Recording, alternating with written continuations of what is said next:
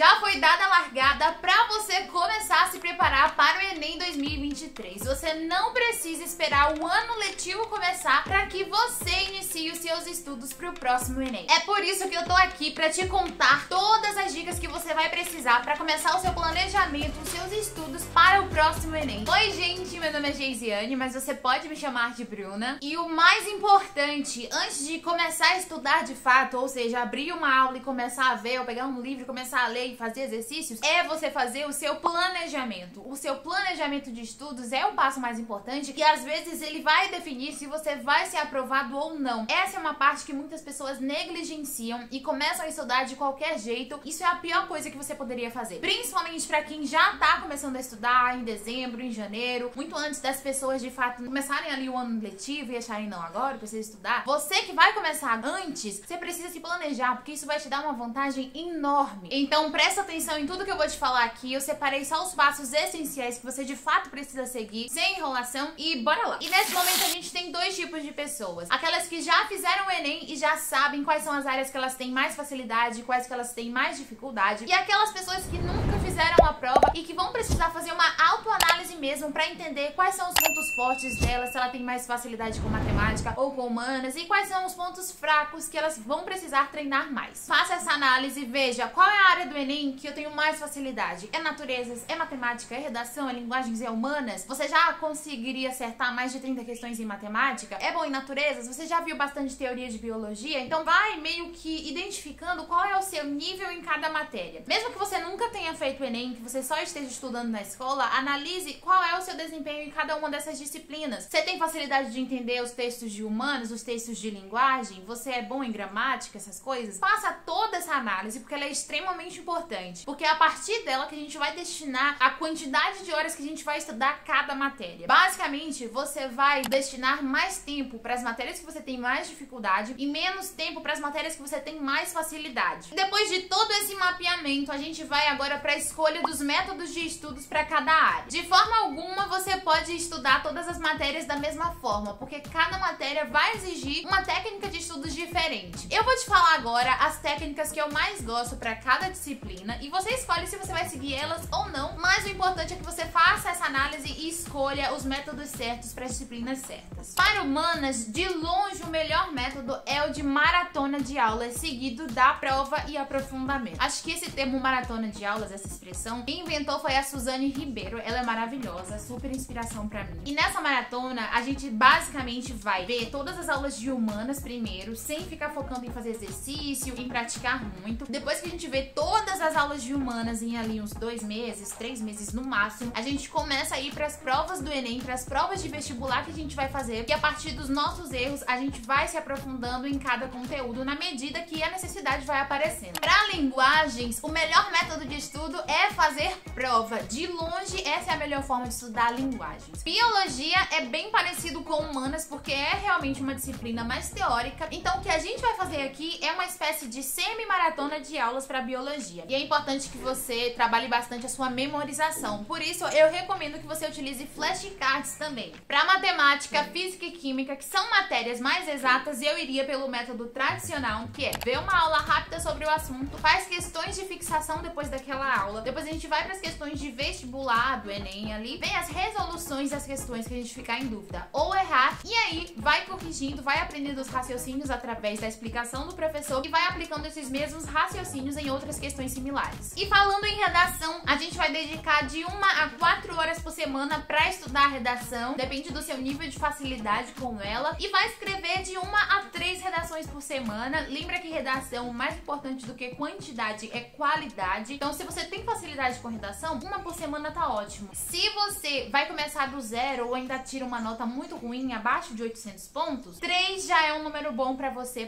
consiga chegar acima dos 900 pontos em qualquer redação que você escreva. Depois que a gente sabe quais são os nossos pontos fortes e fracos e quais são os métodos que a gente vai utilizar para cada matéria, a gente consegue finalmente traçar metas de estudos. E esse é um passo fundamental, porque é a partir dessas metas que a gente consegue direcionar tudo que a gente faz enquanto a gente está estudando. estudando. Além de que elas vão ajudar a gente a saber se a gente tá evoluindo nos nossos estudos ou não, se a gente tá só imaginando que tá tudo dando certo, mas na verdade a gente não tá indo pra lugar nenhum. Você vai sentar e vai escrever: de dezembro até o final de fevereiro eu quero estar terminando a teoria de matemática.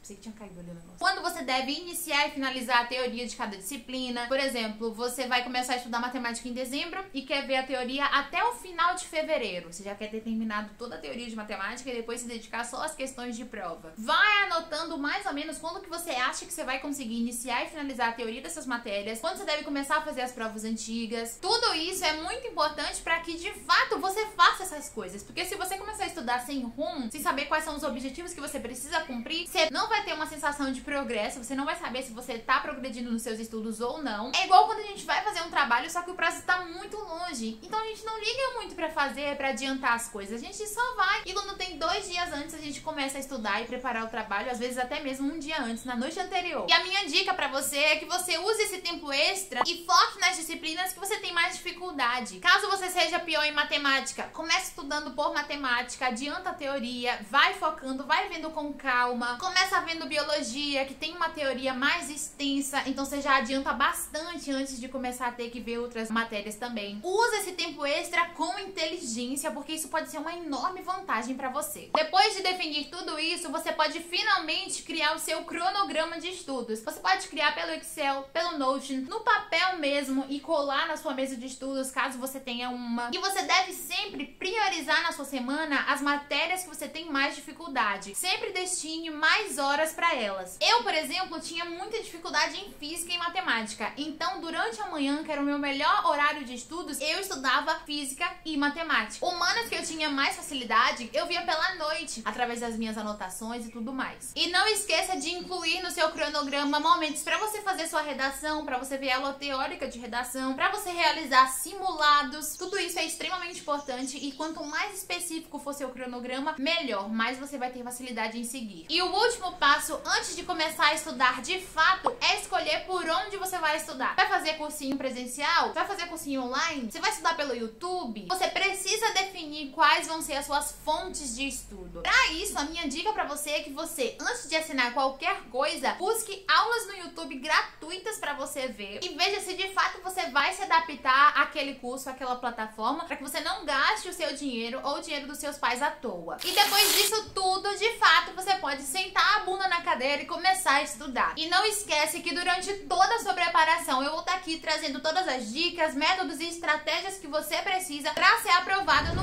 curso que você quer. Então já se inscreve no canal, deixa um like nesse vídeo se você gostou. E é isso, um beijo e a gente se vê no próximo vídeo. Tchau!